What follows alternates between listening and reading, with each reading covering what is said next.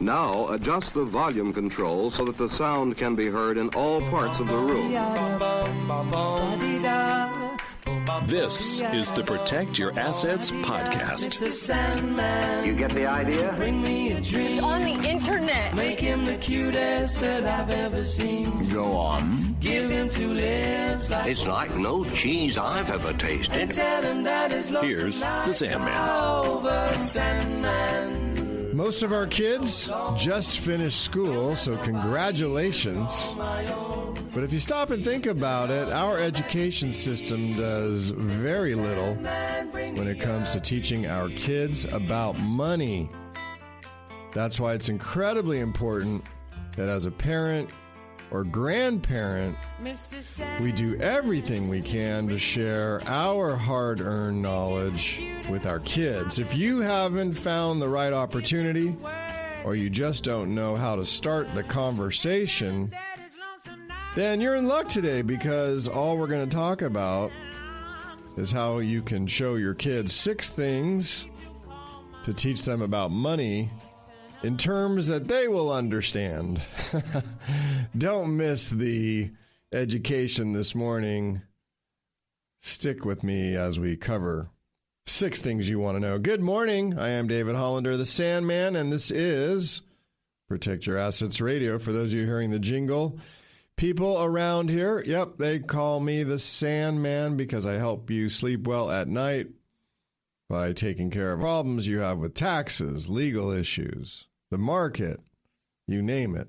Teaching your kids about earning and saving money is an important life skill that can pay huge dividends in the future if you do it right. Many successful entrepreneurs that I know started their careers doing odd jobs when they were kids to earn money, and the skills that they learned as kids running these startup businesses helped them advance into careers that in some cases did extremely well.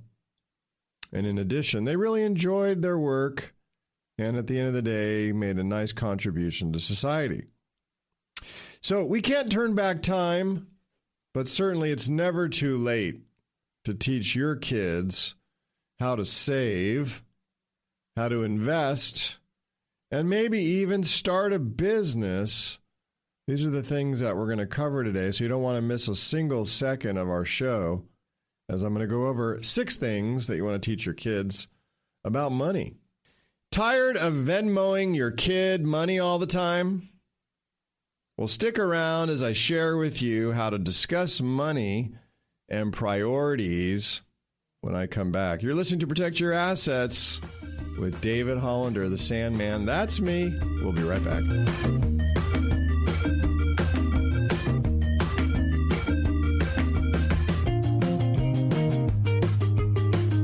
Take the first step toward reaching your financial goals and get the information that can help you live a confident retirement. That first step is going to pyaevents.com and signing up for our next free event. That's pyaevents.com. Now, back to Protect Your Assets with David Hollander, the Sandman. Welcome back. I am David Hollander, also known as the Sandman around here. And this is Protect Your Assets. Let's face it, our kids get just about zero education when it comes to money and investing in school. So you're busy, I get it, but how and when you talk to your kids about money is important. And now that they're out for the summer and they're probably sitting on the couch playing games right now, this is the best time for you to change that behavior by having a conversation, which I know is extremely difficult. You see, I had 2 teenage girls too, and I get it. I understand where you're coming from, especially when their friends get involved. Like, who are you? What? Yeah, we know it all, right? We tell they Venmo, yeah, I want some money. Okay, then I'm important again. Here it is.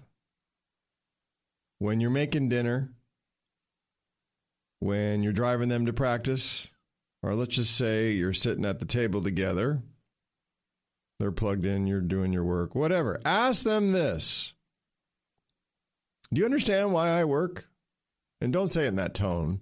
Try and be more friendly. Hey, do you know why I go to work? Or, just are talking about why you enjoy what you're doing. I'm talking about myself first person.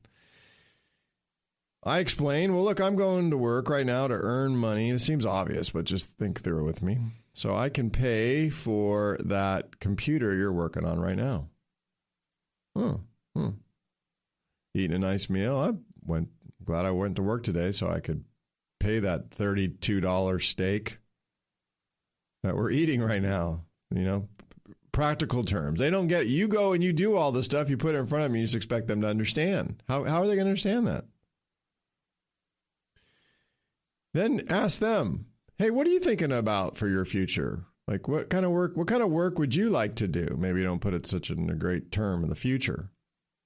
What do you enjoy doing? Hey, I see you like whatever it is they're doing. What do you think about that? That's great. How would you get paid to do that? Now, I'll tell you a side story. I did this exact same thing with my youngest. And now she's out DJing, making a fortune because she enjoyed doing this stuff. I mean, and it was weird. She had a great job after college, did all the right things all the way through. Had the job, had the 401k, had everything. And after a year, walked away from it to go do this, which right now she's just loving it. As a parent, what could be better, right? So we'll talk about doing the jobs a little bit later, but getting them to understand that actually working for things that they like to do produces the income. That's an important factor that they need to understand that. And then the income that they get from that work is what you use to support yourself. And it's really never too early to start this conversation once they can have a conversation with you and understand it. And once they understand that they will be making money, you have to teach them, this is very important, to count and record their earnings. Because the easiest way to do that in my practice was to open up a bank account with your kid. And I know now you can do that super easy online. Just sit there on a computer with them and open it up. But you need to make sure that they have an account in their name, not yours. And if they're under 18, you can be the guardian on the account, but make sure it's in their name. This is important. And that they can open the app on their smartphone and see it themselves. Super important. Back in the day, you and I probably remember, my mom, she took me down to the bank and we opened up a bank account and I got a little book, a little passbook. And they would literally write in there the $2 with pen that I would give them over the counter. And I'd see $2 in my account. That's how I looked at it. Not today. The kids, it's all electronic. And you know this. But again, these are the way your kids are going to understand it. So you have to open the account with your kid, make them participate in that process, be there, understand what they're doing, and then either put their weekly allowance, if that's how you do it, in there, or make them put their paycheck, direct deposit. Again, that's what I do. My kids direct deposit straight into their account. So they're comfortable with the idea of automatically letting things start to happen like that. Then what you want to do is make sure you get a debit card on that account. No credit card yet. So the debit card is what they use to buy things they can afford. I'm going to put afford in big letters now. And I said afford because that's all they have in the account. It's not, hey, Dad, can you Venmo me some money? No, it's on your account, is it? By the way, if you want to learn where to start, Discover Bank has a checking account that pays interest right now. So check it out. Once the account's open, you can go over that with them. The deposit, how the money went in there, their paycheck. Why are the taxes were taken out of that check? Where did they go? What's SSDI? What does that mean in the future with Social Security? How much they're actually saving.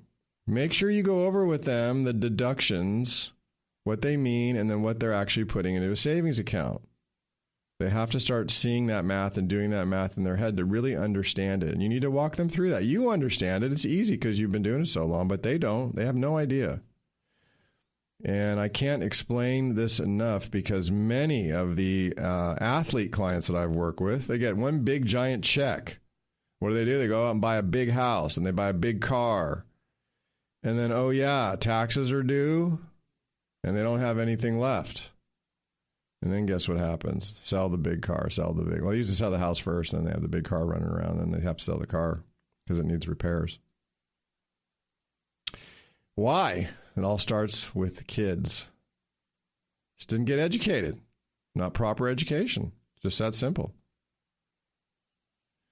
So this is where you need to help your kids set realistic objectives and goals. What are they going to do with this money?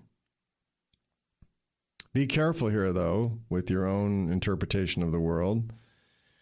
Because someone, the name of Russell Wilson, maybe you heard of him, he told me that his dad used to tell him, why not you? In other words, let your kids dream and don't necessarily let your experiences shade their vision. Because the beautiful thing about dreaming is really anything is possible. And why not your son or daughter when you think about it? So how much money would you have if you started investing when you were a teenager? You can't turn back time, but you certainly can turn your teen into an investor now. And you may say, well, how do I do that? How do I change the behavior and everything that's going on right now? It's super simple. In fact, what we're going to do is we're going to send you out my book, Protect Your Assets, in a electronic copy now if you call us. 866-PROTECT is the number. Call this number right now, 866-776-8328, and we will email you the Protect Your Assets book. Why not your son or daughter? 866-PROTECT to get your copy right now. Coming up next, it's time for our popular They Say segment, where they say you should let your child invest in a business. Is this always a good idea? Find out. You're listening to Protect Your Assets with David Hollander. That's me. We'll be right back.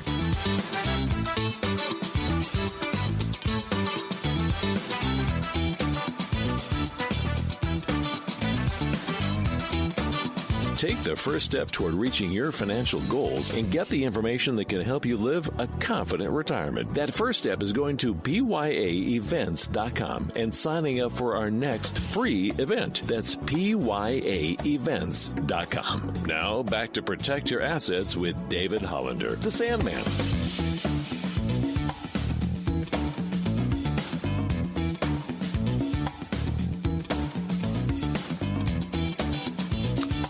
Welcome back. I am David Hollander, also known as the Sandman, and you are listening to Protect Your Assets this morning. And if there's other subjects you want to know more about when it comes to investing, your legal concerns in protecting your assets, or taxes, then you got to check out our podcast where we have tons of valuable information. Wherever you get your podcast, just type in Protect Your Assets. You will find our show. You can zero in on the subject you're looking for. And if you like what you hear, please share it with a friend. That means a lot. What if you could turn the time clock back? Wouldn't that be neat, especially when it comes to investing, right? Well, guess what? You've learned a few things during your life about investing, haven't you? And isn't that something you think is worthwhile to share with your kids? Particularly when you think about our education system and how they learn nothing in school about saving money. Imagine the difference it would have made in your life had you known some things that you know now back then. So today I'm sharing with you 6 things you need to teach your kids about money and investing while you both have the time to do it. Now you need to make the time, okay? Now it's time for one of our fan favorite parts of the show. This is our They Say segment, where we debunk common myths, half-truths, and sometimes just bad advice that they say. Who are they? What do they know that I don't? And what are they saying this week? Here's David Hollander, the Sandman's answer. All right, so here's one they say. They say that you should always let your kids invest in a business. Is this always a good idea? So this is really important, I think, because whether your kids want to start a business or have been approached by someone to invest in a business, this is your opportunity to teach them about your values when it comes to businesses and what they practice and how they affect society. Now, I'm all for kids starting a car washing or dog walking business in your neighborhood, but make sure your kids know to run any business option by you first. I think an example where someone tried to get my daughter to invest in a business that was designed to take advantage of people. The business was recruiting college kids to do the cold calling for them to try to get people to fill out a credit card application. The company charged super high interest rates and was trying to take advantage of people who had poor or no credit. By teaching your kids some proper vetting and investing tips can be not only exciting but rewarding. Because whether they decide to open their own business or have research businesses owned by, say, a family member or friends, investing in a business makes everything personal. And it's a good way for you and your teen to learn more about the business and what they're thinking about investing in by doing the diligence together. Now, this is where this becomes a little tricky, right? Because maybe they don't tell you. Maybe they just go ahead and they do it because that's part of the point. They don't feel comfortable talking to you about it. And so maybe they fail. And that's okay. But sometimes it's not okay. Sometimes it's a big deal. So there's some things you could do. As you earlier, remember I said about opening the account. Maybe you have some cues about things going on. If you notice big shifts of money moving out of that account, going somewhere that you don't really know. Well, maybe you just say, hey, what's going on there? What's going on? And you use it. That's a silver bullet, right? You don't use it all the time, but use it that one time because then you find out, well, that's not really a great idea. In fact, we had a person contact us this past week who this happened to her. Her husband is in a facility and some group got a hold of her and took advantage of her and had her shift hundreds of thousands of dollars out of her bank account to supposedly help him. And they ripped her off. At least tried. Well, the fact that she was able to have a bank step in because the bank saw what was going on and realized it's probably fraud, stopped it, put it in a holding account. She's got to prove some things and get it back. But anyway, it's not lost. This would have been devastating, totally devastating. But it happens all the time. So that's why the skills we work on in the previous segment about opening the account and talking about just some practical things are important. Even though they're kind of obvious, make sure they understand dollars earned, taxes, and expenses that come out, and what ends up in their pocket or the bank account when it's all said and done. And I know that a lot of us in this area, particularly that work in the tech sector, many companies don't make any money, right, for a very long time. But the idea is a good one, and eventually it pays off. And the point is to teach sound business practices because not every startup, as you know, makes it to the big leagues. And a lot of people have stock options, end up with nothing. That's part of the risk you're taking. So the cost of investing in individual businesses can be high for some teenagers. So you as the parent, remember you're the parent, you need to be willing to act as the voice of reason when necessary. But try to hold yourself back if you don't understand what they're talking about or the area that they're interested in. Try and learn more about that before you just say, oh, that's not a good idea. Let me give you an example. I've seen several young people start very successful businesses over my career. Example, Nick Woodman. Nick is the CEO of GoPro, and Nick and I used to race cars at Jim Russell up at Sonoma Raceway in early 2000s. I remember like yesterday, Nick didn't want to pay the $100 to Russell to put a camera on the car so he could see how you're driving. He said, no, I'm not doing that. I'm going to create my own. Then he got some friends together and family, and they loaned him $200,000 all together, and he started GoPro. And they've all made a fortune.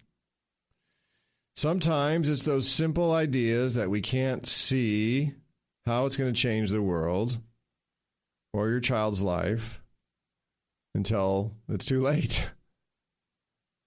So get involved, but not too involved, and let them explore opportunities they present themselves. And when you get too deep and you don't know what to do, because maybe you don't have experience in these types of areas, you should ask for help. You should get a coach to help them help themselves. And again, this just happened recently with my daughter. I'll just keep using that example because she is now rising, and there's other agents coming at her that are very sophisticated. And this got way beyond me. So I reached out to an entertainment attorney that I used to work for in LA that stepped in and gave us some pretty sound advice. And that's the phone book you need. Okay, to put it simply. What are some other things you can do to help your kid? Well, establish a Roth IRA for your child now. Benefits, tax-free growth.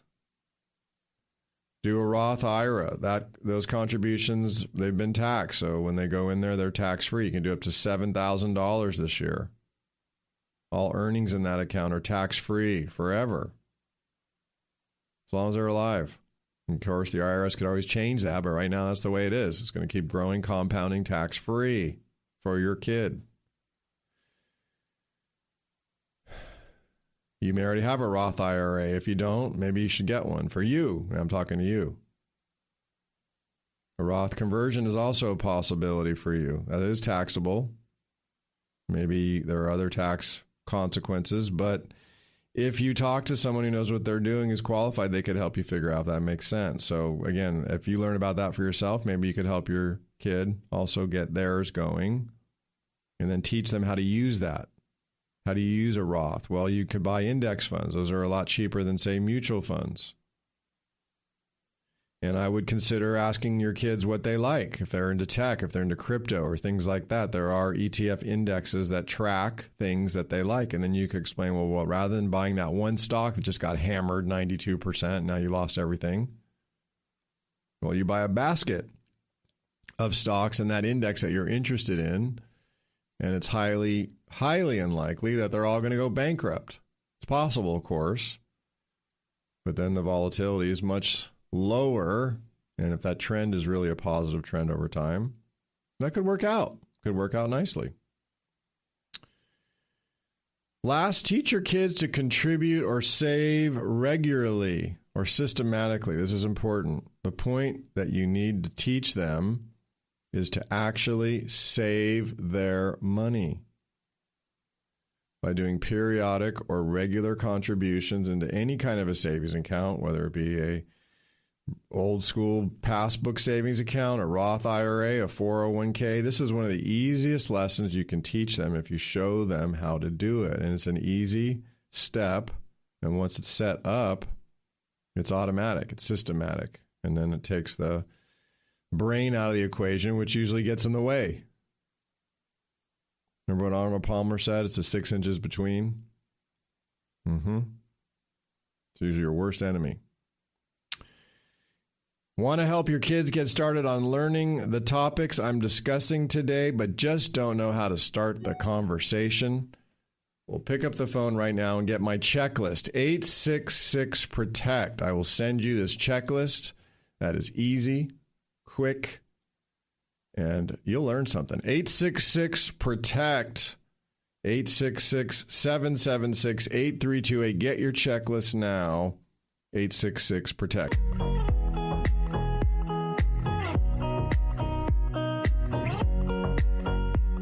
If you missed any of Protect Your Assets with David Hollander, all you have to do is go to pyaradio.com where you can download or listen to our latest shows for free. Just go to pyaradio.com on your computer or mobile device when it's most convenient for you. That's pyaradio.com. Now, back to Protect Your Assets with David Hollander, the Sandman.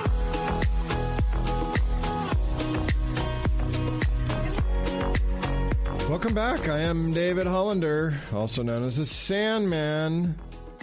And you are listening to Protect Your Assets this morning. We've been talking about kids and money and turning back the clock and helping them invest. And now that it is summer, kids are out of school and they are looking for things to do. We're going to talk about that right now. Every parent understands the importance of raising money-savvy kids and teaching them how to earn money. It's important that many successful entrepreneurs started their careers doing odd jobs as kids to earn money. Unfortunately, the days of plentiful jobs for teenagers have dwindled significantly. And if your kid's out there looking for jobs right now, according to the Pew Research Center, teens were 58% more likely to get employed in the 70s as today, where the number sits at like 30%. So it's down quite a bit. And if you're feeling some of the frustration because your kid says, well, I'm trying, I just don't know what to do. Well, you're going to have to help them think about things a little differently. And this is the time to do it because now they have some time. Because there's a lot of opportunities out there. And this is where you could spend $100 on some simple things to get them going. And then with everything we just covered in the previous sections, so go back and listen to the other show or the beginning of the show where I talked about a savings account and Roth IRAs and how to invest and what you do systematically. But they need a job to earn money. So they could start a online job. What does that mean? Well, kids are connected. Of course they are on their phones all the time. They could start a YouTube channel. The barrier to entry with online jobs has never been lower. Modern phones come equipped with cameras good enough to shoot good-looking YouTube or TikTok videos. From a kid who I see does this every single day. Literally, all the time. Have your kids do something similar. Have them search a subject they're interested in. If it's getting a lot of hits and views, then there's probably some kind of demand. And depending on how popular this becomes, they can actually be paid by advertisers. Blows me away. Incredible. Sell creative services on Upwork or Fiverr. Go check those websites out. Upwork or Fiverr. If your kids like graphic design, photo editing, they're amazing at photo bombing and doing stuff like that. They really are. Video production. Well, your kid on Upwork or Fiverr can offer their services as a freelancer. While they may not pay a ton, they'll get a great tool and will hone their skills. And this could and most likely will lead to other jobs down the road. I've seen this so many times with kids and clients. Your kid's an artsy-fartsy, excuse me. Well, sell crafts on Etsy. If they're interested in crafting, let's do it. Let's go down to Claire's and buy some stuff and come home and go at it. And throw it up on Etsy. That didn't sound right, but anyway, you know what I'm talking about. It's a great way to make money. And then do it again. You know, I had my kids making jewelry. They were sitting there at the bus stop selling this stuff to these people getting off the bus, and they were just collecting those euros. Hand over fist. It was unbelievable. They were more interested in the kids and how cute they were. I mean, this is what these kids wanted to do. Let them do what they want to do. Just show them how to do it. Flip items on eBay or Amazon using retail arbitrage. It still exists. Retail arbitrage is the practice of buying a discounted item from a brick and mortar store, garage sale, or flea market, and then reselling it for profit on eBay or Amazon. There's plenty of room for this, and I have clients pulling down over $50,000 a year doing this. So check it out. Offer social media or SEO services. This is unbelievable. Your kids can do this. Reach out to a local business you frequent or have connections with. Have your kid with you, because they can't say no to your kid.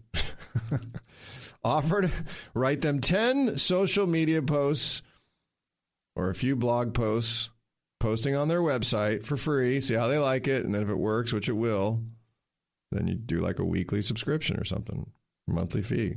For X amount of hits, boom, you get paid, right? That's the way you could do it. So they make money, you make money. It's a win-win. If you can impress them with your work, this can turn into an ongoing job that only requires a few hours per week and pays very high hourly wages to your kid. I hope this was helpful, but remember, you can do this. You just have to start the conversation. That's the tough part. And above all, listen and be patient. Now, inhale through your nose. Exhale through your mouth. It wasn't so hard, was it? Picture a day when your kids are self-sufficient. Picture a day when you can relax, travel, and do all the things you've been wanting to do. It starts with getting my checklist. Get yours right now, because we're here on a Saturday. Dylan and Nick are sitting there answering the phones. They want to talk to you. Call them now, 866-776-8328, 866-PROTECT. Talk to my team now. We're here, 866-PROTECT. Want to give a big thanks to the Protect Your Assets team for a very interesting show today. Executive producer and network manager Kevin Renfer, and of course all my fabulous producers back there doing all the work, Dylan, Nick, Cole. Thanks, guys, because without my team, I'm just another pretty voice on the radio. You have been listening to the Protect Your Assets show. I am David Hollander, the Sandman. Go out and make the rest of your life the best of your life.